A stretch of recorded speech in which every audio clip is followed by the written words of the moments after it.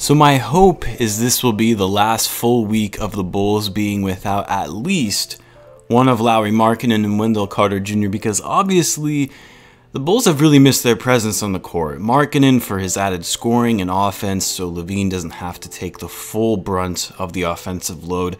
And then of course Wendell because, well, quite frankly, the Bulls really don't have a solid backup big man. You know, when you have Gafford struggling as much as he's been, and then you have other options like Felicio and Luke Hornets.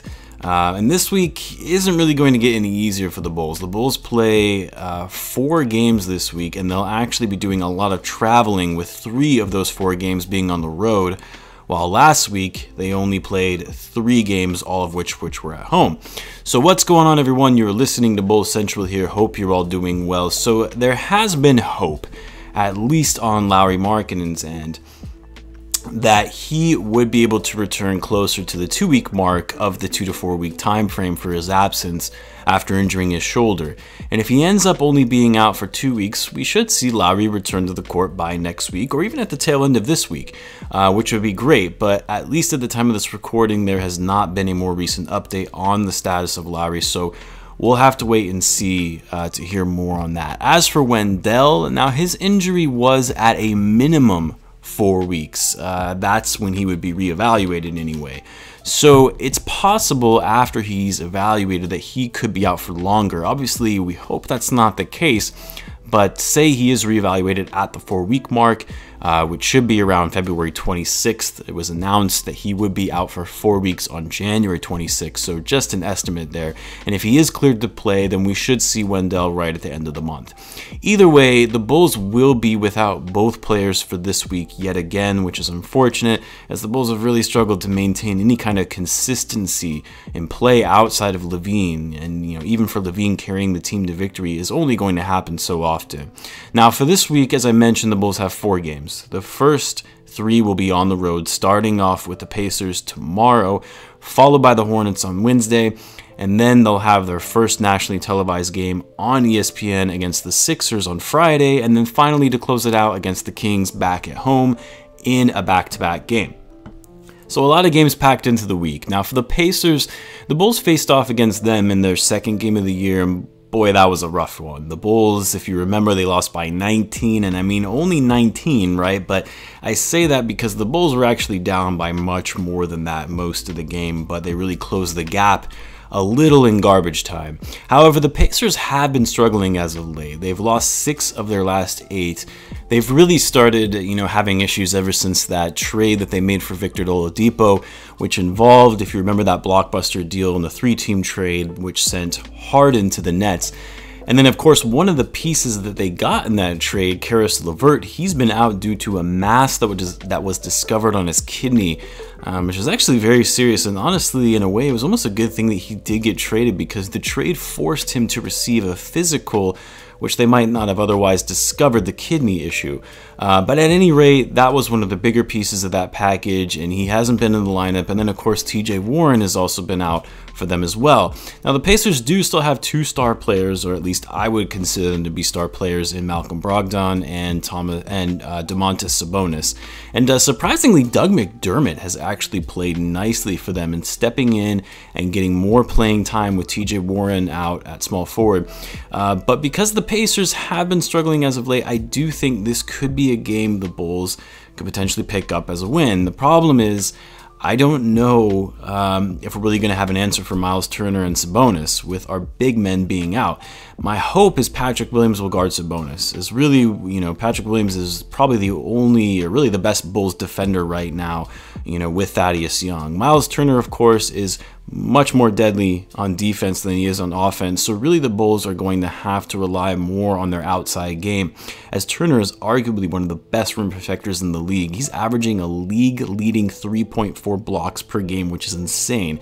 It'll take the Bulls a strong shooting night from outside like they had against the Pelicans in this one. I mean, even Zach is going to have a hard time in getting easy drives to the bucket going against a guy like Miles Turner. Now, for the game against the Hornets, I mean, in my view, this is probably the easiest game of the week, and one the Bulls should win. The Bulls did play the Hornets earlier this season and played well against them. The Hornets have actually played better than I thought they would so far this season. They've been doing really well most recently. I honestly thought Hayward was a bit washed, so I felt that that was a terrible signing in bringing him in. Although the contract is obviously still somewhat of a bad signing for a guy like Hayward, but he's actually been playing really well, looking like the old Gordon Hayward we used to see in the Utah Jazz.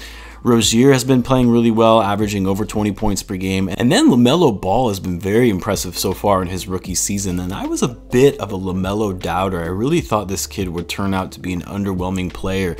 But he's made his way into the starting lineup, and he's been doing a lot of things on both ends of the floor, and really wasn't known for his defense going into the draft, but he's actually been playing hard on that end. All of this being said, though, I do think the Bulls should win this one, given the fact that the Hornets, they're not the best offensive team, and the Bulls can easily outshoot them. The question is, can the Bulls actually at least play mildly good defense?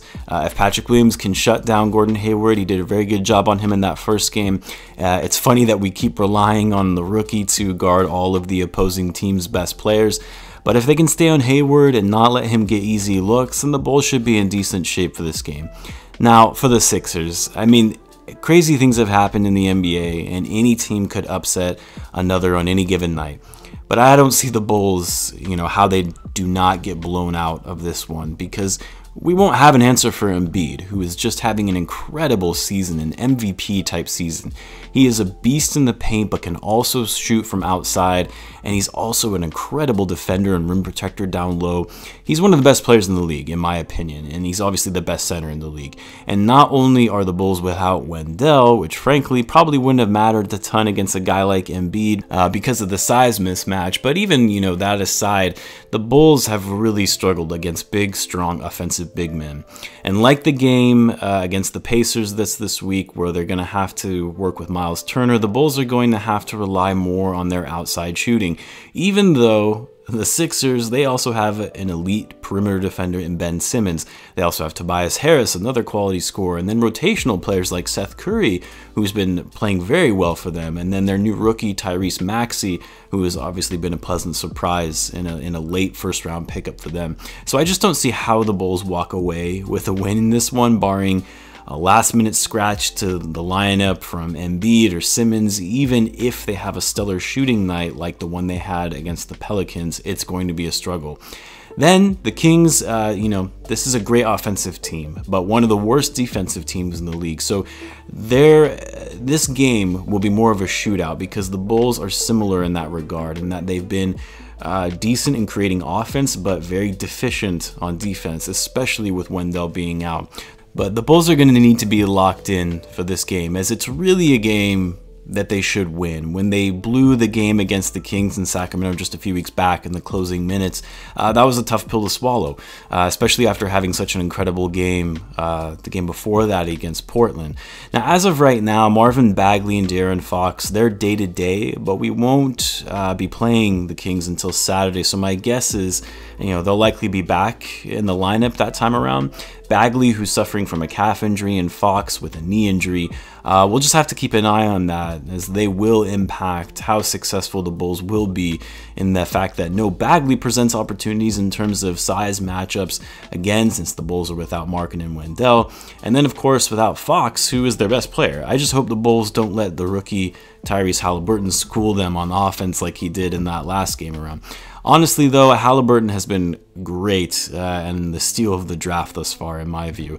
Now, as for my predictions this week, unfortunately, I think the Bulls will likely go 1-3 in beating the Hornets. At best, they'll go 2-2 if they can also beat the Kings as well. But they will be coming off a back-to-back for that game, and it's a traveling back-to-back at that. I hope I'm wrong, though, because we have seen the Bulls play very well, even without Lauri and Wendell. But a lot of it just depends on if they can be consistent in that level of play, which the Bulls have yet to show this season. It's been a lot of back and forth between really great games and then very poorly played games. Anyway, I'll be back out with another video tomorrow, guys. I'll have score prediction giveaways, since we haven't had a winner the last 2 go-arounds, so stay tuned for that so you don't miss it. As always, be sure to subscribe if you're a Bulls fan and you like daily Bulls content. Thanks again for tuning in, guys, and I will catch you in the next one.